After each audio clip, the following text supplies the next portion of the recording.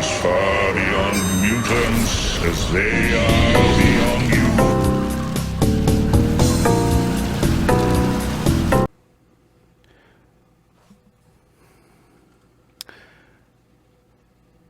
What's up, everyone? This is Strange Skull. In a video I been pondering making. It's a bit of a theory I've been working on. What is that? The fall of American comic books.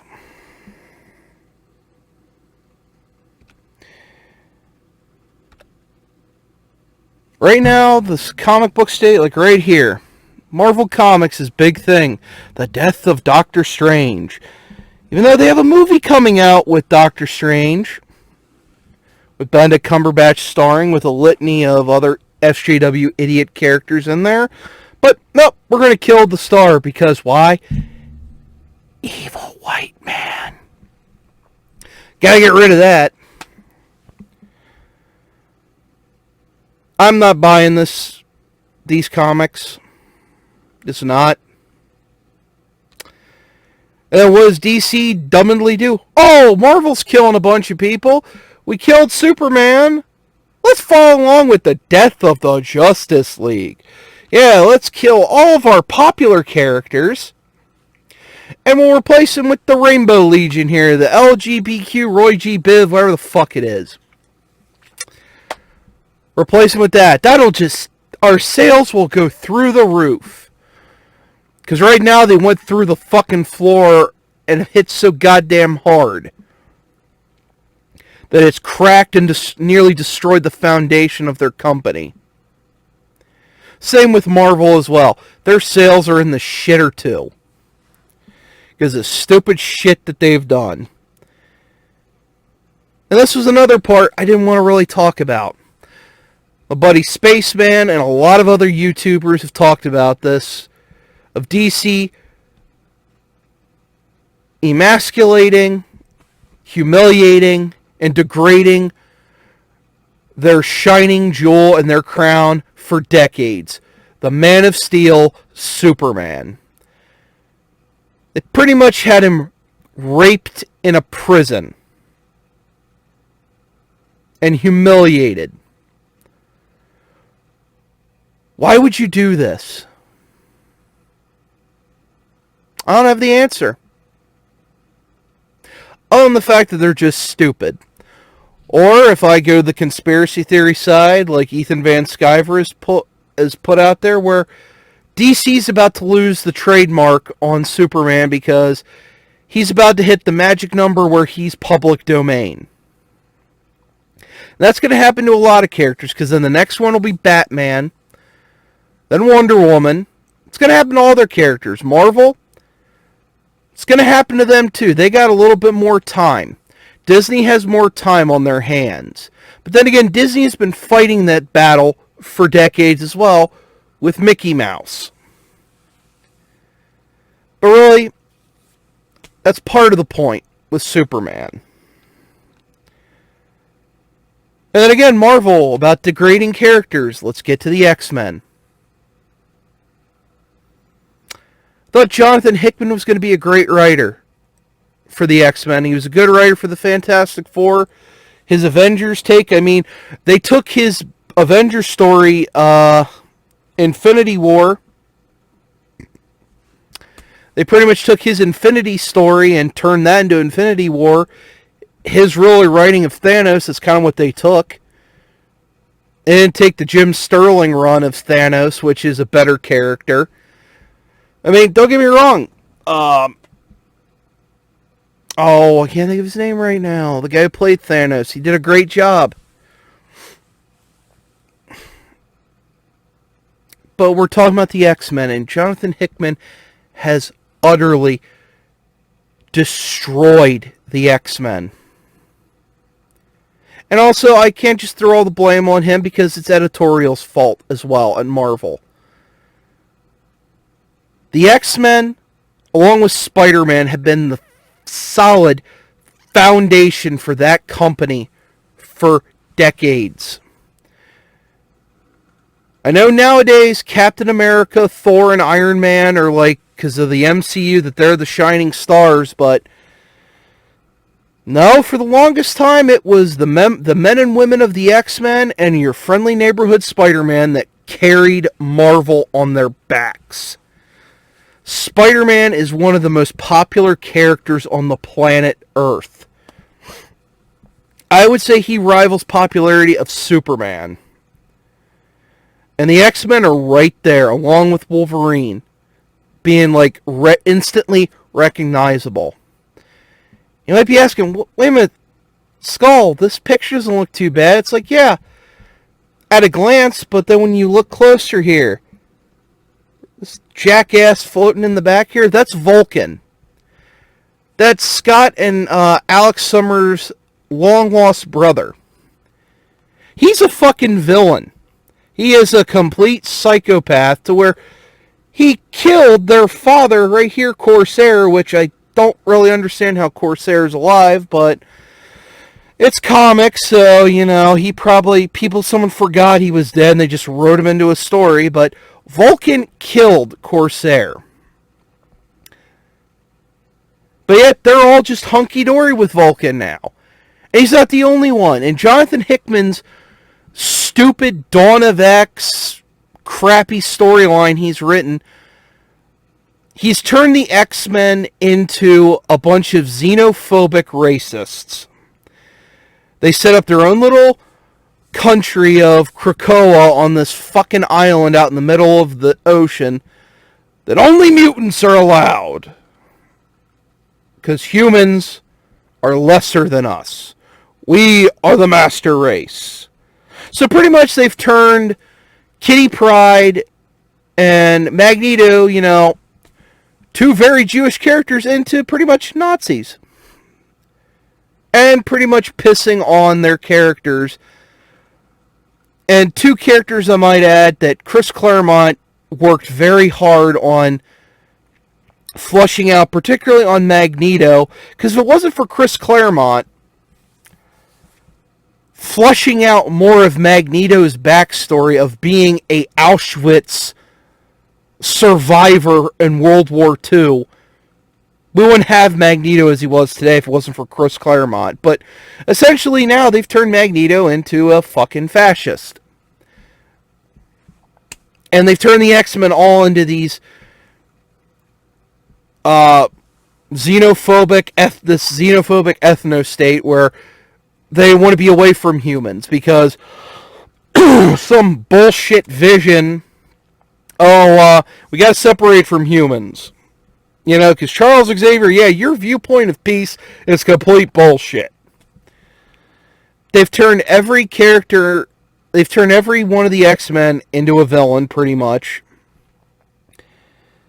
And then you've had characters like Apocalypse, who has never given a shit about mutant kind. Oh yeah, he just came to join with the mutants because, I must lead my people. Sorry, you've read the X-Men. Apocalypse doesn't give a shit about the survival of the mutant race. His whole motto is survival of the fittest. That goes for everyone, mutant or human. As long as you're strong, you deserve to live in Apocalypse's eyes. If you're weak, you will be trampled upon. But then again, that comes from great writing. And Jonathan Hickman, it's weird bullshit that they did with the X-Men, and then the weird bullshit relationship between Jean, Scott, and Wolverine. It's this polyamorous relationship which doesn't fucking work. I'm sorry, people. 3 people can't be in a relationship. It will never work. We're not built that way. Some people might say, oh, no, I could be that way. Yeah. And when you finally do, we do grow attached to an individual. But anyway, that's just my thing. But it's like they turn that and they ruin the X-Men. And talk about great stories like we used to have the Dark Phoenix Saga, the Fall of the Mutants, God Loves, Man Kills, The Extinction Agenda, Executioner Song, Inferno. And then we get X of Swords. This sprawling 22 issues over I forget how many titles that were all had their cover prices jacked up to where my comic shop that I go to, Fourth Wall Comics, they have 2 complete sets of this story, and they're almost $100. Why? I have no fucking clue. I can't even tell you the basis of this story. Something to do with Apocalypse's forgotten children and they're coming back for vengeance, and all of a sudden we have to have a anime-style fighting tournament with swords.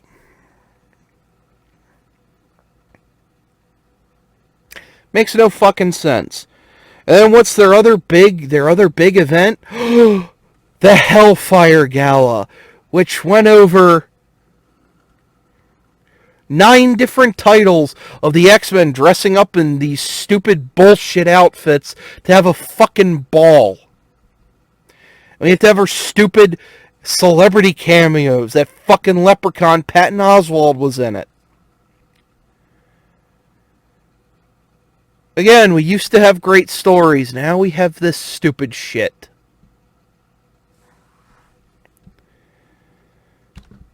Some people will say the death of Superman was a shit story. No, it's a good story. Thought out, planned. Not like this shit. Not like this. This is shit. This was actually thought out. And led to good stories. We went from good animated series based on great stories with the X-Men animated series from the Jim Lee run and the Chris Claremont run. The Iron Man cartoon, which I loved as a kid. Spider-Man the animated series. And Batman the animated series. All great stories. Took stuff from the comic books, adapted it perfectly. Back when these people were actually heroes. Now people will just say, oh, the fall of comics started in like 2008 and merrily continued on, and that's what's causing the downfall. No, it was, some will shout, no, it was the 1990s with the Spider-Man clone saga and all that shit. No. I say go back further.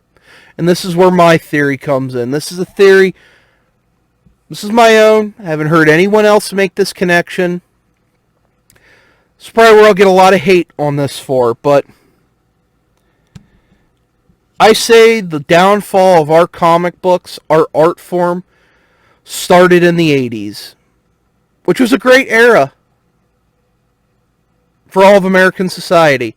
But for comic books, you had the X-Men kicking ass, you had Spider-Man, you had DC doing good with Batman and the Teen Titans. Frank Miller was doing Daredevil and also doing his Batman stories. It was a great era. Chris Claremont was full swing on his X-Men titles. But there was a comic book that came out in the 80s that made the industry perk its head up and go, whoa, this is fantastic. Awesome. This is the high watermark that we all should aspire to. And even the editors at DC Comics were figuring out, well, we made this thing, but how the fuck did we do this?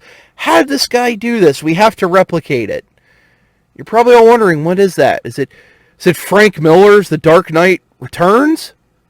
No. No. It's another comic book. The Watchman. Now, some people will probably call me crazy, like, wait a minute! This is a great comic! It is. It's a great story. But also, it's the one pebble to start the avalanche. It is the first domino to fall. Because this is the comic book that started the dissection of superheroes. Everyone gobbled this up, and I'm guilty of it too. I have this in my collection as well. When the movie was coming out, I saw the movie, I got the comic. I used to read the comic on the bus going to school. Granted, it was high school, thank God, but I nearly got through it all in my senior year. Granted, decent artwork, but again, it's starting with the dissection of our heroes. That they're really all they're not the heroes they proclaim them to be, because they're all secretly sycophants and alcoholics or sexual deviants. And who's the architect of that?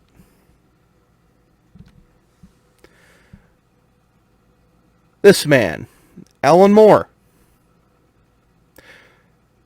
All the stuff I've said, I am a fan of Alan Moore. Because he did one of my favorite runs on a character. And that is the Saga of Swamp Thing. Now again, DC did all they could to try and fishhook him to write titles. And particularly to write Swamp Thing, because they allowed him to do what he wanted to do. He changed the very foundation of Swamp Thing. To where originally Swamp Thing was a dude turned into a plant. Dr. Alec Holland. He was turned into this Swamp Thing. But Alan Moore changed that. He turned it to where it's a plant that thinks it's a man. And that really Swamp Thing just thinks it's Alec Holland. Because really it's the guardian, the elemental guardian of the green, which represents all plant life on Earth. And kind of actually space, but that gets really trippy near the end. But he changed Swamp Thing and made him a truly good character. I have all of these books in a nice collector case. Don't buy, just a little warning here, if you go into your local comic shops and you see anything called the Absolute Swamp Thing or Absolute Superman, don't buy them, because all they are is they take old artwork and, oh, we're going to modernize it, and they fuck it up. Again, like I said, I have all these collected. My first one I had was an old paperback one that my mom got me because she knew I liked Swamp Thing as a kid. I loved the cartoon. I had the toys. So she saw a Swamp Thing comic book and got it for me. I read that thing like so many times where it kind of got a little beat up. So that's why I got the collected volume, so I have like a nicer versions to reread. But again, Swamp Thing, Alan Moore could change Swamp Thing and do what he wanted. Because at the end of the day, Swamp Thing is not a superhero. He's a supernatural character that you can write out and do horror stuff. He's out in the swamps. He's not breaking up bank robberies in Baton Rouge or Louisiana. You know, he's in the backwoods of Louisiana. He's not in Baton Rouge. He's not in Shreveport foiling bank robberies or stopping terrorists or going to New Orleans and saving Mardi Gras. No, he's out in the swamp fighting Anton Arcane and whatever other bad hoodoo is going on out in the swamp. But again, Alan Moore could do that with Swamp Thing because he's not a superhero. They had to talk Alan Moore into doing Batman because he really didn't want to fucking do it. But he did it. This was supposed to just be like an Elseworld story, but they kind of took this elements from the story and carried over into the main canon, which was the crippling of Barbara Gordon, which DC is fucking undone a good story for bullshit reasons, but I digress. This story, it's a good story. Elements that were taken to do the Dark Knight, the Dark Batman, the Dark Knight movie, this Christopher Nolan movie. Elements from this story were taken, which is the idea of all the difference between the Joker and the Batman is one bad day. But again, the story was about Joker trying to make Jim Gordon become a killer, but he doesn't. That was a good enough story, but it's ambiguous, because at the end, does Batman kill the Joker? We don't know.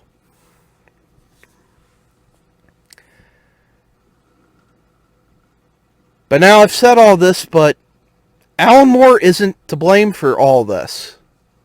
He is just the one who opened the door.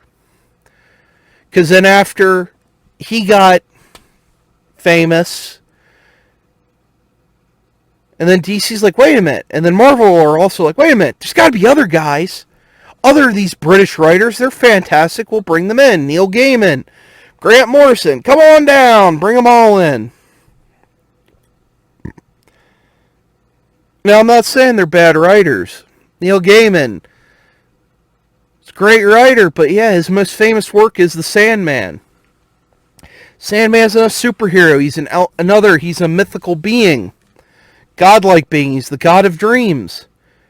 It's not fighting crime. He's not being a hero. It's a lot of philosophical shit they do. Even Alan Moore's other great creation, John Constantine. He's not a superhero. He's kind of an asshole. Again, another nihilistic character, but that's Hellblazer.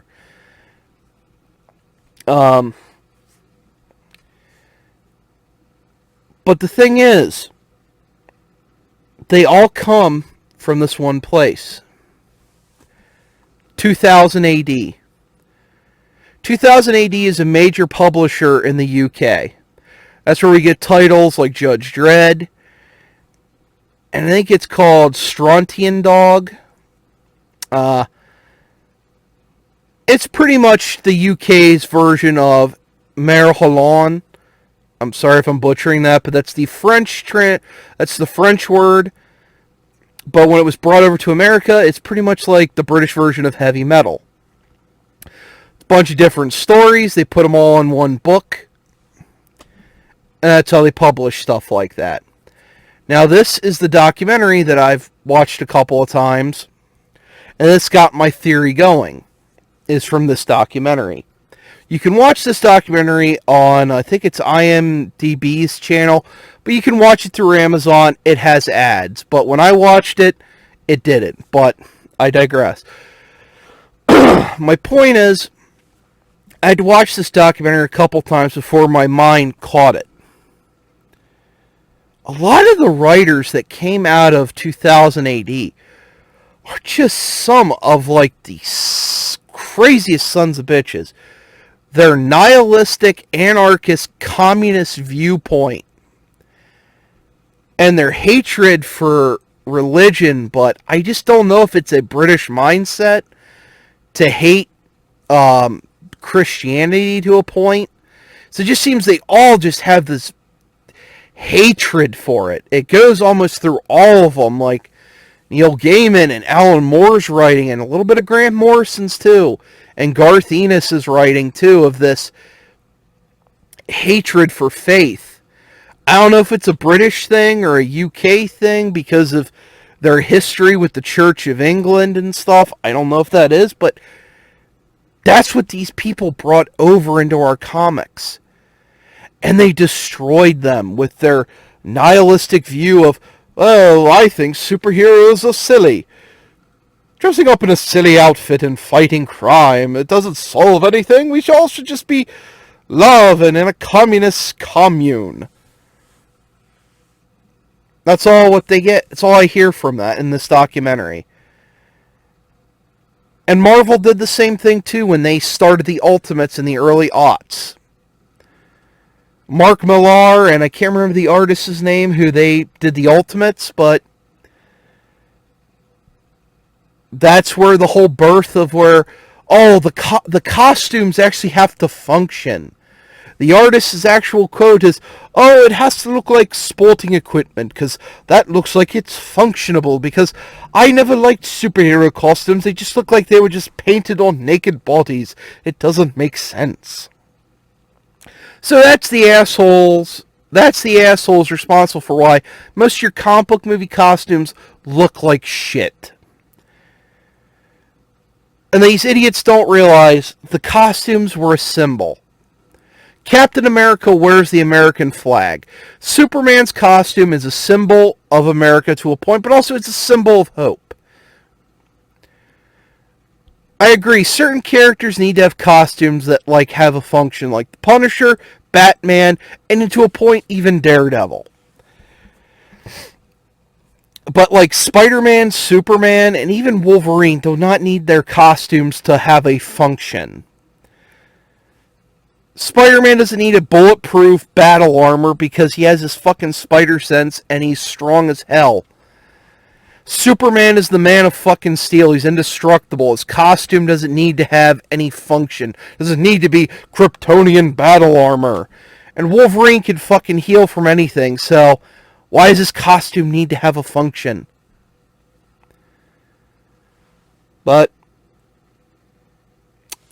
that's the one aspect. But the other aspect is the British writers bring in their nihilism to where almost all their comics seem like this. Dark, bleak, and suffering. This is the picture from Watchman. It's near the end of the story. This is a perfect example of how I view American comics right now. A pile of broken, bleeding bodies.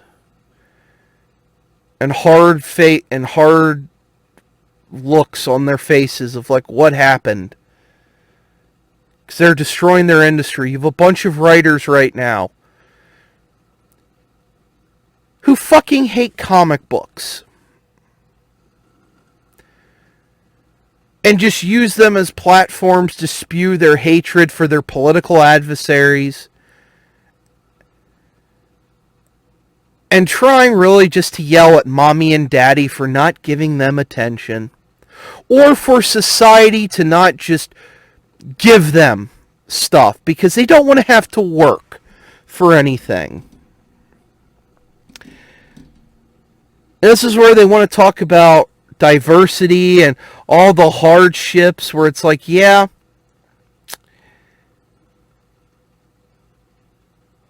But you had a lot of writers. And I'll go to Chris Claremont, one of my favorites. Chris Claremont is an immigrant himself. He was born in England.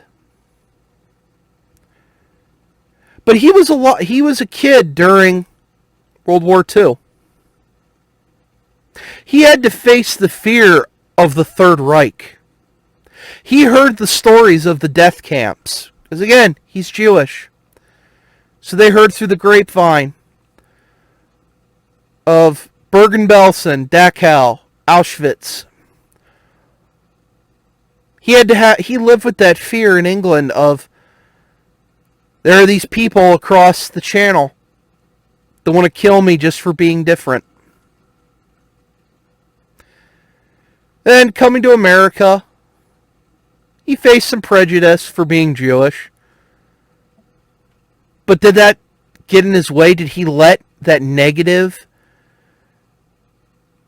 destroy his life? No. He turned into a positive, because then when he went to go work for Marvel Comics,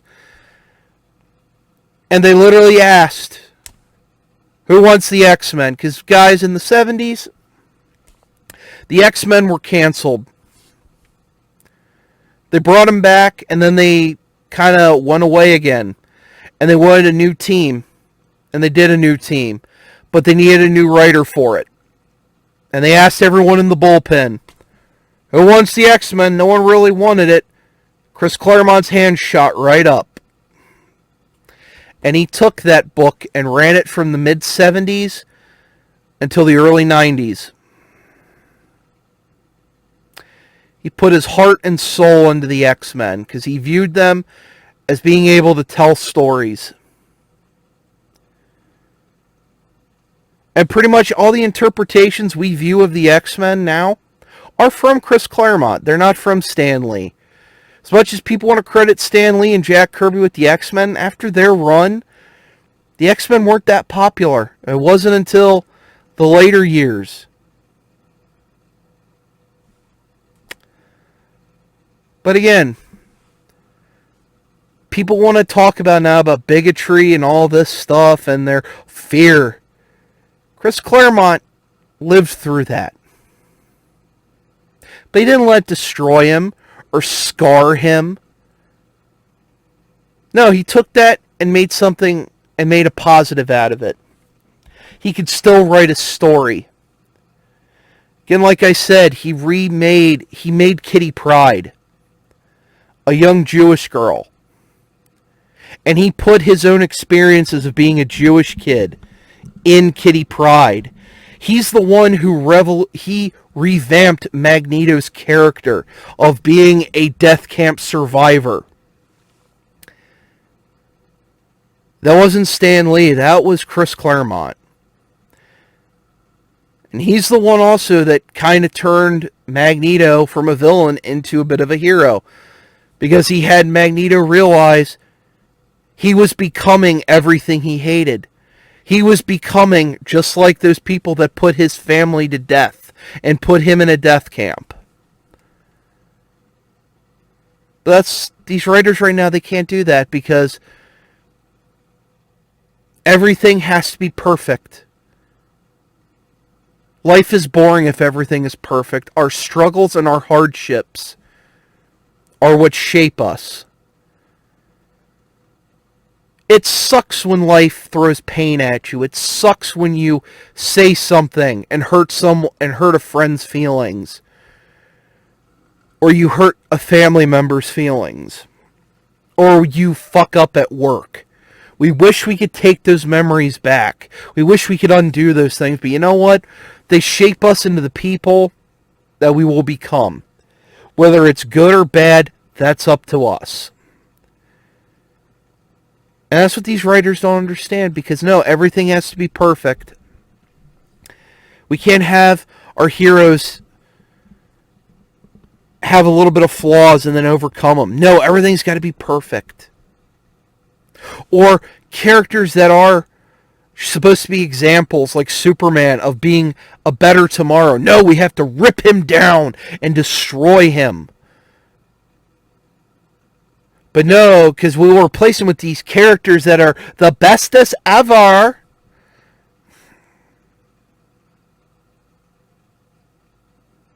Stupid. Anyway, I'm going to end that here. I do got some reviews coming up that I'm going to be doing of some figures. And talk about another topic I really didn't want to do, but it's gone past where I have to talk about it, and that is the book of Boba Fett from Disney and their continued raping and pillaging of Star Wars, which was another big part of my childhood, but it's another video for another day. So, take care, guys. See you in the next one. Let me know what you guys think down in the comments, and see you next time.